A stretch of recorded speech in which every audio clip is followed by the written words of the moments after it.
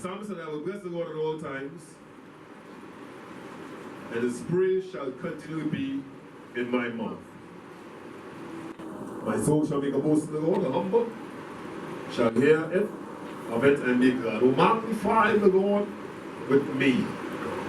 Let us exalt his name together. Oh, remember that song? Remember that song? I will bless the Lord at all times. Yeah, something like that, but those who know the song. And it's a song that I used to sing in church. I will bless the Lord at all times. His praise shall continue in my mouth. My soul shall boast in the Lord. The humble shall hear thereof and be glad. Magnify the Lord with me. Yes, I was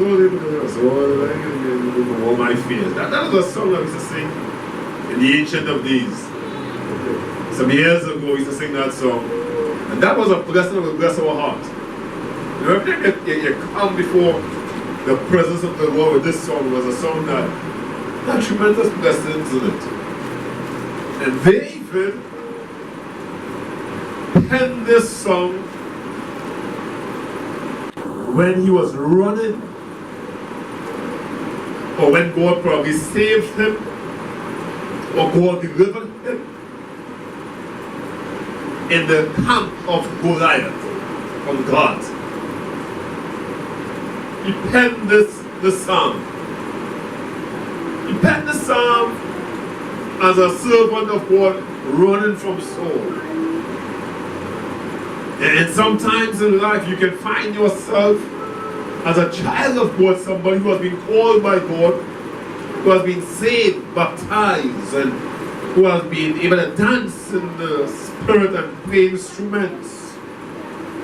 You can be a friend of God and still find yourself running when trouble comes, or running from somebody. But we understand how life goes at times. There are some highs and there are some lows. There are some mountains you may be able to climb, or one day you're on the mountain top, and another moment you might be down in the valley. Life has some things that we may not always be prepared for. Today we are well healthy, and tomorrow we can be sick. Today you can be in one place and tomorrow you can be in another. Today you can be rich and the next day you can be poor. Today you can be alive and tomorrow you can bury somebody who might be close to you, and you can sing the songs and say, blessed assurance, Jesus is mine. Oh, what a foretaste of glory divine. So sometimes you might be up there today, and tomorrow you might be down there. You may have joy one moment and sorrow the next moment. You might be happy, and the next moment you can be sad. For those who are enthused about the World Cup, there are some happy moments for some, and for the others there are some sad moments. Knowing that the two top players in the World Cup thus far, according to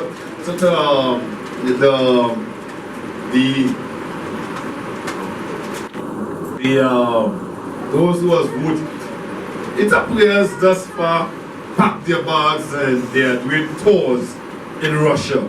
They have to go and visit sightseeing right now. They are not training anymore. They are going sightseeing. And Mr. Ronaldo, they are going sightseeing. For those like Ronaldo, he has to go on sightseeing right now. Go to different places in Russia and enjoy sightseeing. And those who like Messi, just messed up yesterday and he has to go sightseeing also. And those who are in favor of Neymar, come soon. He'll be packing his bag and go sightseeing also. And those who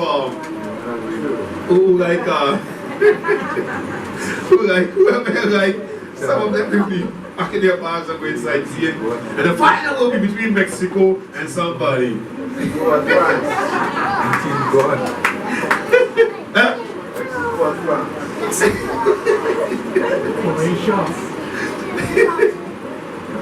Mexico and somebody. That's my prediction. I don't have to be right. It's not a gospel, it wasn't going to be spirit or anything. And I ain't drink this there either. So I just won't talk in passing. But I see what I'm saying. It can be a top one day and it can be dumb tomorrow.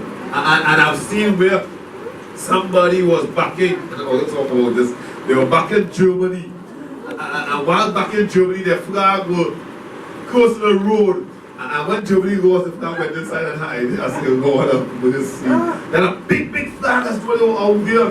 I said, where's big German flag came up from? And they put it out. The more Germany went, flag come closer to the road area. They wave and they shout. Because Germany had just won a game. And when Germany lost, the flag, they said, we won. Wait up, you can have this. Look at this. When you win or you draw, I still support it. I don't choose another favor of any football team, but whoever win, they win. And David had his high and he had his low moment. He was a champion one moment. Today he was a champion because he slew Goliath. He was a man who fought a bear. And even was a killer lion. He had his moments of where he was a champion. And even as a champion who slew Goliath and killed a bear, he was the same person who be running from somebody. How many times today we are a champion and tomorrow we are running from somebody? Let's imagine you are a champion today. You are strong. Everybody celebrate you. They praise you. They call your name. They chant your name. And they make you a king, and tomorrow you who are supposed to be celebrating as a king, you are running from somebody.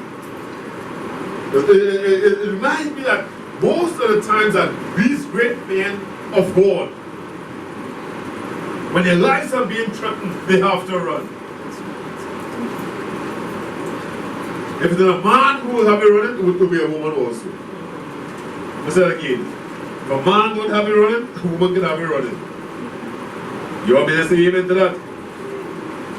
And if you don't know the gospel, ask it's Jezebel. Ask Jezebel. She had Elisha running. Jezebel had Elisha running. From her, as a matter of fact. Because she just declared what she would do to him. What she had done to the prophets. And he was so fearful as a servant of God. He was so fearful that he had to run for his life. When David ended up in the camp of God, David acted as though, based upon the wisdom of God, because God used the foolish to confound the wise, David acted as an insane person. He acted as though he was mad. He acted that way in order to protect himself. But God allowed him to act that way to protect himself. And what David did when he came before the king, as I said on Friday, he started scratching the door. A mad person started scratching the door. And apart from him scratching the door, he started dribble, or started to have his spit coming down his beard. And when your spit is coming down your beard, people will say you are a mad person. And because of that, David had the ability to escape because of the spit coming on his beard, and he scratched on the door, and he acted as though he was type of insane. And because of that, he penned this psalm and said, I will bless the Lord at all times. In other words, out of great deliverance, David made a commitment to bless the Lord. I don't know what God has done for you over the week, over the past years, but we must make a commitment to bless the Lord. May I say, don't make a rash vow. You can be emotional in making our vow, but David said, I will bless the Lord. In other words, David didn't wait for somebody else to do it. He said what he will do for himself. I heard our sisters morning trying to encourage us, and sometimes trying to encourage people, it can be difficult to encourage people when you are not even encouraged by yourself. You have to encourage yourself before you can encourage anybody else. The most difficult people to encourage at times are people who are depressed, people who are in distress. But what David had to do, he had to encourage himself So he said he made a vow to himself and said, I will bless the Lord. Now we have to say something. I will bless the Lord. I will praise God. Come what may, I will praise the Lord. We must be, as a people, willing to praise God, whether times things are good or bad. And everything we ought to give God praise.